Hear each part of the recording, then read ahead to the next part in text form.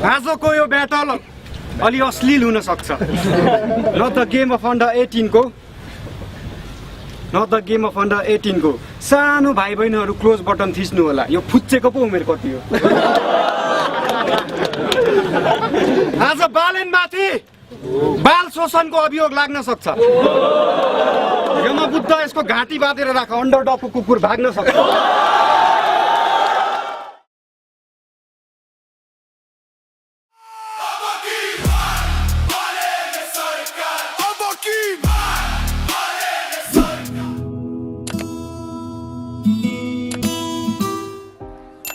काठमाडौँका सडकहरू जहाँ कहिलेकाहीँ आशाभन्दा धेरै आक्रोश सुनिन्छ। वर्षौंदेखि भ्रष्टाचार, अव्यवस्था र पुरानो राजनीति विरुद्ध युवाहरू सडकमा उत्रिरहेका थिए। उनीहरू परिवर्तन चाहन्थे, तर प्रश्न एउटै थियो, परिवर्तन ल्याउने को?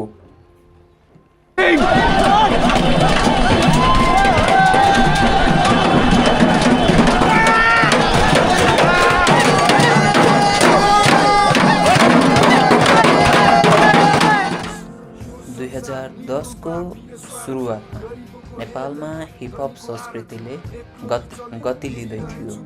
त्यही समयमा एक नयाँ आवाज सुनियो, बालेन्द्र शाह। उनका गीतहरू केवल मनोरञ्जन थिएनन्, त्यो थियो प्रणालीमाथिको प्रश्न। उनको गीत सडक बालबालिकाहरूको जीवनबारे थियो। उनको अर्को गीत बलिदान भ्रष्टाचारमाथि सिधा प्रहार थियो। उनका गीतहरूमा बारम्बार एउटा सन्देश आउँथ्यो, नेपाल परिवर्तन हुनुपर्छ, र त्यही सन्देश युवाहरूमा फैलिँदै गयो।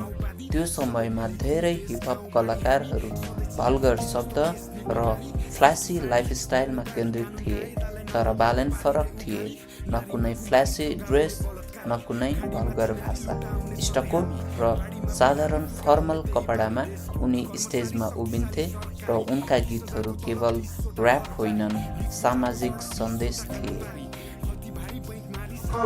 होइन मेरो रहर राति राति डुल्न, विष जस्तो नसा दुःख पीडा भुल्न चाहन्छु मनी फुल्न, फुल जस्तै पक्रेर धेरै चोटि उठिसके, धेरै पल्ट भत्केर लेखपढ गरेर मलाई नि ठुलो बन्नु छ एक दिन। हामीलाई कसैले मान्छे गर्नुहोस् न परीक्षा भनेको इच्छा, पुरा नहुने सपना, सडक बालकको जीवन गर्न सक्छौ के कल्पना। बालेनको र्याप राजनीतिक आन्दोलनसँग जोडिन थाल्यो। 2013 उनले पुलिस दमन विरुद्ध गीत निकाले। त्यसपछि संविधान आन्दोलनका कार्यक्रमहरूमा उनी सहभागी भए। उनको गीत म नेपाल हाँसेको हेर्न चाहन्छु पछि नेपालका युवाहरूको प्रेरणादायी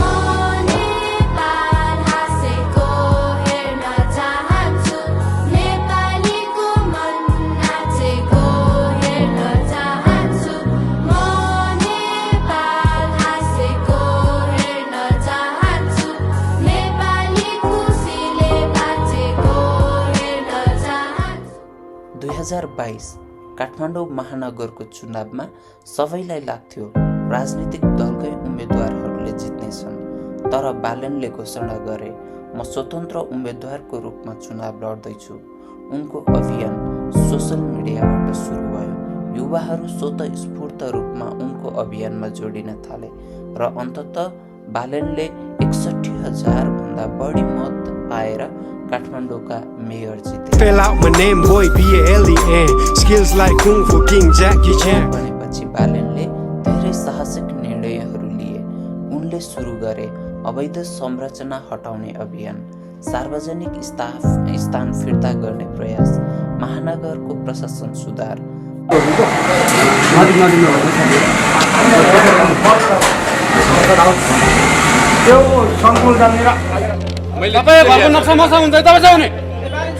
मेयर बनेपछि बालेनले काठमाडौँको शिक्षा प्रणाली सुधारलाई पनि प्राथमिकता दिए। महानगरका सामुदायिक विद्यालयहरूमा शिक्षा गुणस्तर सुधार, नयाँ प्रविधि प्रयोग, शिक्षक व्यवस्थापन सुधार जस्ता कार्यक्रमहरू सुरु गरिए। उनको लक्ष्य स्पष्ट थियो, सरकारी विद्यालयलाई प्रतिस्पर्धी बनाउने। अनि यत्रो 35,000 महिना किन तिरेको भन्दाखेरि त्यहाँ एक्स्ट्रा करिकुलर एक्टिभिटी छ भन्यो स्कुलमा भनेको के तिम्रो स्कुलबाट पारस खड्का निस्किया हो भन्यो होइन, ज्ञानेन्द्र मल्ल निस्किया हो होइन, विराज महर्जन निस्किया हो होइन, खेलाडी पनि निस्किया छैन, म्युजिसियन पनि निस्किया छैन, केही पनि निस्किया छैन भनेपछि एक्स्ट्रा करिकुलर एक्टिभिटी भने चाहिँ के हो? पेरेन्ट्स डेमा एउटा ह्याप्पी बर्थडे गीत गिटारमा बजाउनु हो त होइन नि होइन। हाम्रो एजुकेसन सिस्टम किन फेल भएको छ भन्दाखेरि हामीले इन्जिनियरिङ पढ्दाखेरि हामीलाई पिएचडी गरेको डक्टरहरूले होइन मास्टर्स गरेकोहरूले धेरै पढाउनु भयो होइन। हप्तामा एक दिन चाहिँ 20 वर्ष एक्सपिरियन्स भएको लेबरले, मिस्त्रीले, प्लम्बरले, इलेक्ट्रिसियनले पढाइदिएको भए अनि हामीले त्यो 5 वर्ष लाग्छ नि हामीलाई एक्सपिरियन्स लिन सानो कुराहरू डिटेलमा बुझ्नलाई। त्यो लेबरले मिस्त्रीले पढाइदिएको भए त हामीलाई त्यो 5 वर्षसम्म लाग्दैन थियो नि त। हामी ब्याचलर पढ्दै चाहिँ धेरै कुराहरू सिकिसक्थ्यौँ होइन। हामी अलरेडी त्यो ब्याचलरबाट निस्किने बित्तिकै एक्सपिरियन्स्ड इन्जिनियर भएर निस्किन्थ्यौँ एउटा। अर्को कुरा हामीले लेबर मिस्त्रीलाई हेर्ने नजरिया फरक हुन्थ्यो किनभने हामीलाई त्यसले पढाएको हुन्थ्यो नि त। भनेपछि कोही बुढो मान्छे छ अनि इन्जिनियरहरूले तिमी भनेर बोलिरहेको हुन्छ क्या, त्यो भनेको त इज्जत दिने हो नि त। ऊ पनि काम गर्न आएको, इन्जिनियर पनि काम गर्न आएको, कसैलाई हेप्ने त होइन नि त। त्यो हुन्थ्यो। अनि लेबर मिस्त्रीलाई पनि के हुन्थ्यो भन्दाखेरि हामीले पनि त इन्जिनियरहरूलाई पढाएको छौँ भन्ने एउटा त हुन्थ्यो नि त होइन। भनेपछि म्युचुअल अन्डरस्ट्यान्डिङ हुन्थ्यो। तलमाथि होला, सुविधा फरक होला, के होला, तर इज्जत त बराबर हुनु पर्यो। काठमाडौँको अर्को ठुलो समस्या थियो फुटपाथ अतिक्रमण। पैदल यात्रुका लागि बनाइएको फुटपाथ व्यापार र अव्यवस्थित पार्किङले भरिएको थियो।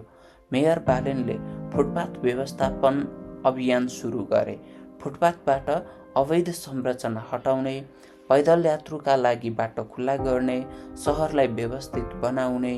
यो अभियानले धेरै समर्थन पनि पायो र केही विवाद पनि।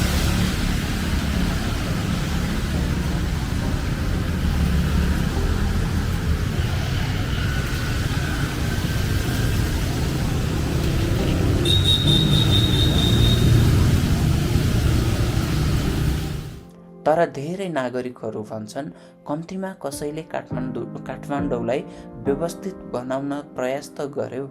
उनको नेतृत्व शैली सामान्य राजनीतिभन्दा फरक थियो। कहिले प्रशंसा भयो, कहिले विवाद। तर एउटा कुरा स्पष्ट भयो, काठमाडौँमा परिवर्तनको प्रयास भइरहेको थियो। तर बालेन र शाह केवल एक मेयर होइन, उनको व्यक्तित्व नै एउटा ब्रान्ड जस्तो बनेको छ। उनको बोल्ने तरिका, उनको सोच, उनको शैली सबै फरक छ। नेपालको परम्परागत नेताहरू लामो भाषण दिन्छन्, तर बालेनका वाक्यहरू छोटा हुन्छन्, सिधा हुन्छन् र कहिलेकाहीँ व्यङ्ग्यले भरिएको हुन्छन्।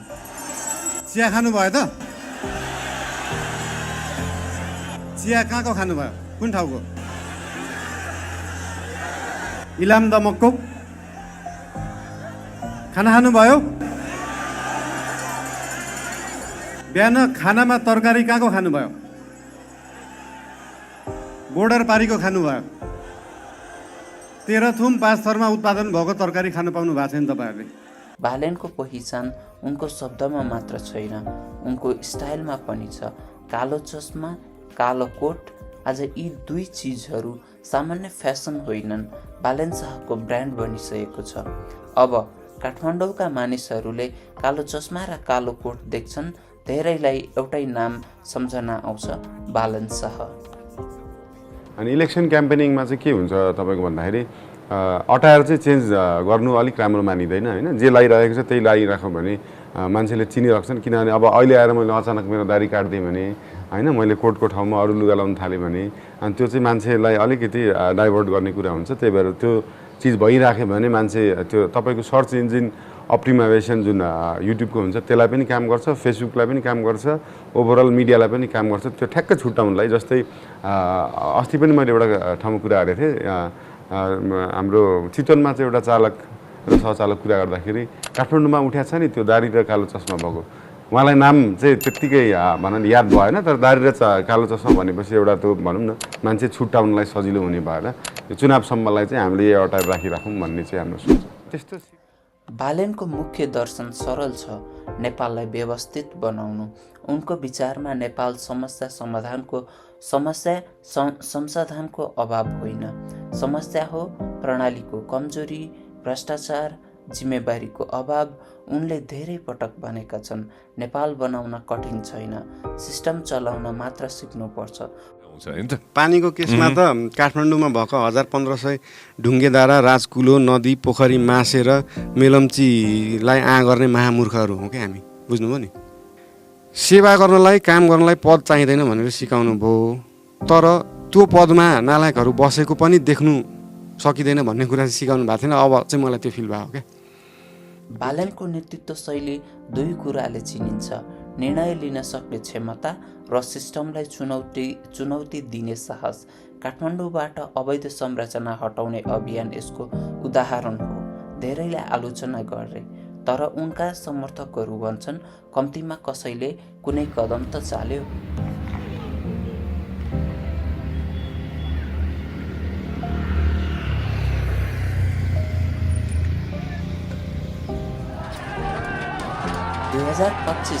नेपालमा जेएनजी युवाहरूको ठुलो आन्दोलन भयो। यस आन्दोलनको कारण थियो सोसल मिडियामाथिको ब्यान्ड, भ्रष्टाचार, बेरोजगारी, सरकारप्रतिको अविश्वास।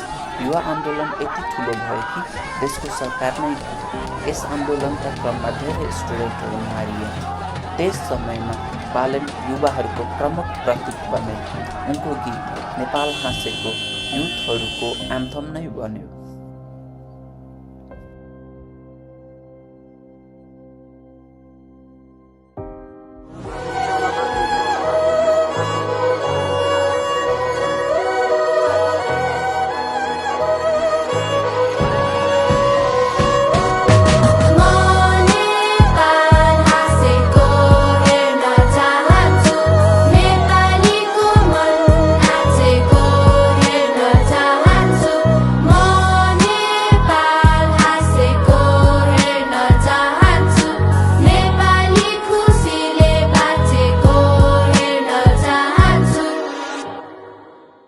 नेपालमा पर्यटन बढाउन विदेश जस्तो बनाउनु पर्दैन।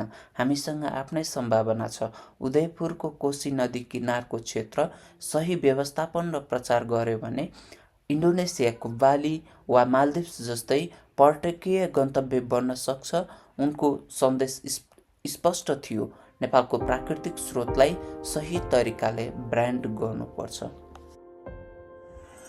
विश्वको पहिलो तीर्थस्थल कुन हो थाहा छ तपाईँहरूलाई?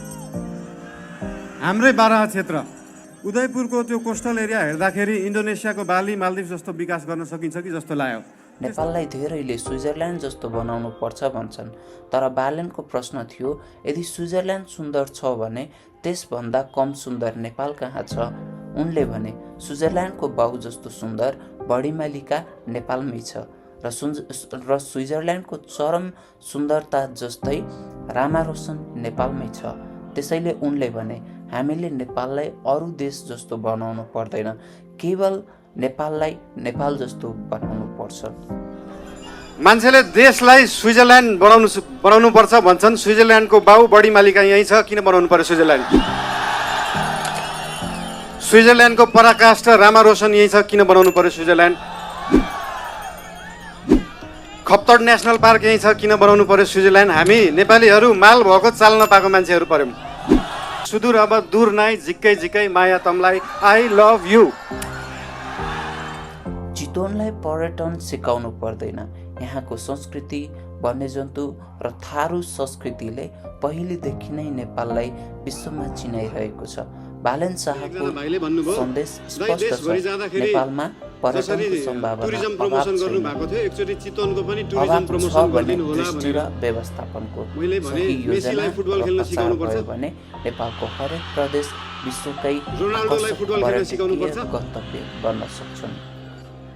हाम्रो चितवनका हाम्रा थारू समुदायमा भएका होमस्टेहरू, रिसोर्टहरूमा देख्न सकिन्छ कि यहाँको उत्पादन, यहाँको लुगा, यहाँको म्युजिक, यहाँको खानेकुरालाई कसरी उहाँहरूले टुरिज्म प्रमोसनको लागि उहाँहरूले विश्वमा चिनाउनु भएको छ। त्यो हेर्दाखेरि चितवनले चाहिँ देशलाई टुरिज्म प्रमोसन सिकाउनुपर्छ। जेएनजी आन्दोलनपछि नेपालको राजनीति बदलियो, नयाँ चुनाव भयो, नयाँ पार्टी राष्ट्रिय स्वतन्त्र पार्टीको नेतृत्वमा बालन शाह। चुनावी परिणाम ऐतिहासिक जीत थियो। उनको पार्टीले 275 सीट मध्ये 182 सीट जित्यो। यो नेपालको लोकतान्त्रिक इतिहासकै सबैभन्दा ठूलो विजय मध्ये एक थियो। बालेन्द्र शाहले 68,000 भन्दा बढी भोट ल्याएर पूर्व प्रधानमन्त्री केपी शर्मा ओलीलाई 4 गुणा बढी मतान्तरले झापा 5 मा हराउन सफल भए।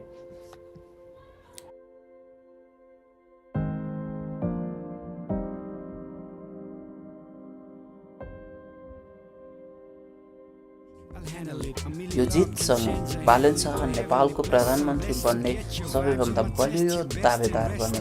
उनको एजेन्डा थियो भ्रष्टाचार अन्त्य, रोजगारी सृजना, आर्थिक विकास। उनको लक्ष्य नेपालको अर्थतन्त्रलाई दोब्बर बनाउने। एक समय उनी र्यापर थिए, त्यसपछि उनी मेयर बने। आज उनी राष्ट्रिय नेता बनेका छन्। यो कथा केवल एक व्यक्तिको होइन, यो कथा हो नेपालका युवाहरूको। प्रश्न अब यो हो कि बालेन्द्र शाह नेपालको प्रधानमन्त्री बन्नेछन्?